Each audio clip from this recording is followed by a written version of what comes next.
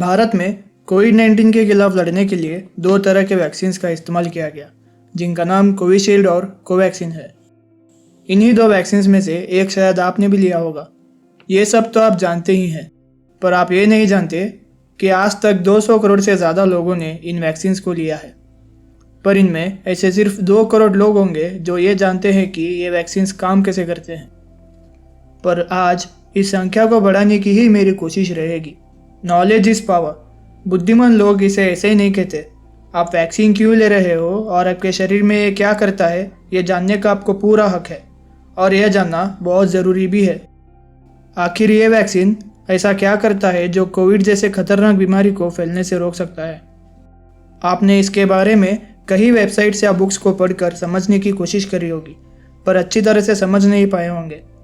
पर फिक्र मत करिए, क्योंकि इस वीडियो को अंत तक देखकर आप अच्छी तरह से समझ जाएंगे। दोस्तों, इस वीडियो में हम सिर्फ कोविशील्ड के बारे में समझेंगे। यदि आप चाहते हैं कि मैं कोवैक्सीन पर भी एक वीडियो बनाऊं, तो नीचे कमेंट्स में कोवैक्सीन लिख देना। वैक्सीन काम कैसे करता है, ये समझने से पहले वैक्सीन क्या होता है ये समझ लेते हैं। आसान भाषा में कहा जाए तो वैक्सीन एक ऐसा बायोलॉजिकल प्रोडक्ट है जिनमें एक बीमारी फैलाने वाला कीटाणु होता है, चाहे वो वायरस हो या बैक्टीरिया। ये कीटाणु कमज़ोर होते हैं और इनमें इंसान को बीमार करने की क्षमता नहीं होती।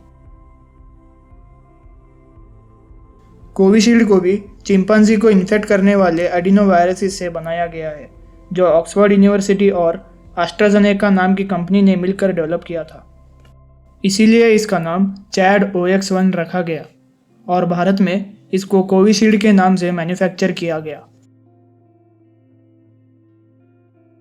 अब ध्यान से देखिए, इस वैक्सीन में चिंपैंजी एडिनोवायरस होते हैं जिनमें दो महत्वपूर्ण परिवर्तन किए गए हैं। पहला परिवर्तन ये है कि जेनेटिक मॉडिफिकेशन की मदद से इस वायरस के DNA में से रेप्लिकेशन जीन को निकाल दिया गया है, जिसके बिना एडिनोवायरस मल्टीप्लाई नहीं हो सकता और बीमारी भी नहीं फैला सकता। और दूसरा परिवर्तन ये है कि इसी DNA में कोविड-19 के जो स्पाइक प्रोटीन्स होते हैं, इसे बनाने का जेनेटिक कोड को ध्यान से डाल दिया गया है। पर ऐसा क्यों किया गया, ये आप आगे वीडियो में धीरे धीरे समझ जाएंगे। दोस्तों, आप सब जानते ही हैं कि वैक्सीनेशन के समय पर इस सिरिंज में वैक्सीन का आधा ml डोज लिया जाता है और आपके डेल्टॉइड मसल में कुछ इस तरह इंजेक्ट किया जाता है। पर इसके बाद होता क्या है, यह समझने के लिए शरीर के अंदर चलते हैं।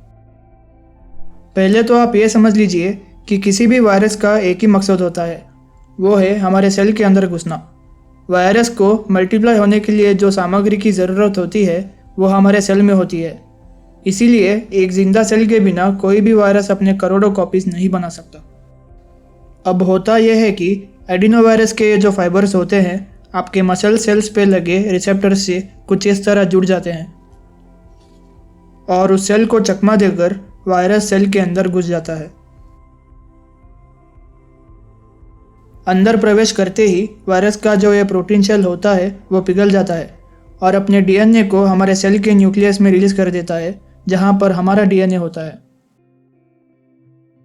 वायरस का DNA हमारे DNA के साथ छेड़छाड़ तो नहीं कर सकता, पर हमारे पूरे सेल को अपने वश में ले सकता है।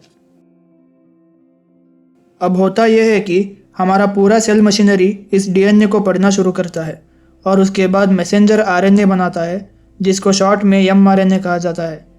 इस प्रोसेस को ट्रांसक्रिप्शन कहा जाता है। अब ये मैसेंजर RNA का काम क्या होता है, ध्यान से देखिए, क्योंकि ये तो उसके नाम में ही लिखा है। मैसेंजर RNA या शॉर्ट में mRNA इन राइबोसोम्स को स्पाइक प्रोटीन्स बनाने का मैसेज पहुंचाती है। वही स्पाइक प्रोटीन्स जिसके जीन्स को एडिनोवायरस के DNA में डाल दिया गया था। इस प्रोसेस को ट्रांसलेशन कहते हैं। अब ये स्पाइक प्रोटीन्स कोविड के स्पाइक प्रोटीन्स को मिमिक करते हैं, यानी उसका नकल करते हैं, पर ये किसी तरह भी हानिकारक नहीं होते। अब इन स्पाइक प्रोटीन्स को ट्रांसपोर्ट किया जाता है और सेल के मेम्ब्रेन पर कुछ इस तरह आके रुक जाते हैं। असली खेल तो अब शुरू होता है, क्योंकि ये सेल इन्फेक्ट हो चुका है और हमारी इम्यून सिस्टम को चौकन्ना कर देता है। अब होता यह है कि इम्यून सिस्टम के डेंड्राइटिक सेल्स और मैक्रोफेजेस मिलकर इन सेल्स पर अटैक करते हैं और मार के उसके टुकड़े कर देती है। अब इम्यून सिस्टम के टी लिम्फोसाइट्स या हेल्पर टी सेल्स की बारी है। ये सेल्स स्पाइक प्रोटीन को स्कैन करते हैं या पढ़ते हैं और हमारे इम्यून सिस्टम को इन स्पाइक प्रोटीन्स के खिलाफ लड़ने के लिए बी सेल्स और साइटोटॉक्सिक टी सेल्स को बनाने का संदेश देती है। बी सेल्स और टी सेल्स हमारे खून में ही होती है और पूरे शरीर की सुरक्षा में महत्वपूर्ण भूमिका निभाती है, क्योंकि टी सेल्स इन्फेक्टेड सेल्स का नाश करती है और बी सेल्स एंटीबॉडीज बनाती है। अब ये एंटीबॉडीज स्पाइक प्रोटीन्स को अच्छी तरह से समझकर उन्हें याद रखती है। इसीलिए इन सेल्स को मेमोरी बी सेल्स भी कहा जाता है। अब समझ लीजिए कि ये इंसान कोविड इन्फेक्शन से सुरक्षित है, पर कैसे? समझो कि एक वैक्सीनेटेड व्यक्ति में कोरोना वायरस घुस गया। अब इस वायरस के स्पाइक प्रोटीन्स के खिलाफ इस इंसान के बी सेल्स ने एंटीबॉडीज ऑलरेडी बना लिया है। ये सेल्स तुरंत इन स्पाइक प्रोटीन्स को पहचान लेते हैं और एंटीबॉडीज रिलीज करते हैं, जो आकर इनसे जुड़ जाते हैं।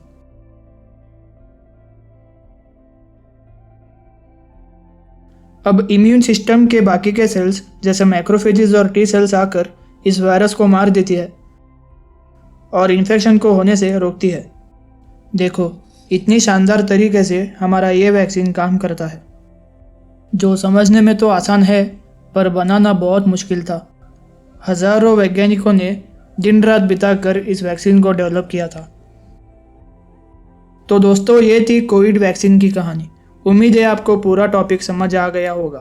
पहले तो इस वीडियो को अपने फैमिली और फ्रेंड्स के साथ शेयर करो, क्योंकि वैक्सीन के बारे में जानकार रहना और उसे समझना बहुत ज़रूरी है। अगर वीडियो पसंद आया हो तो लाइक ज़रूर करिए और चैनल को सब्सक्राइब करिए, क्योंकि ऐसे वीडियोज़ और आने वाले हैं। धन्यवाद।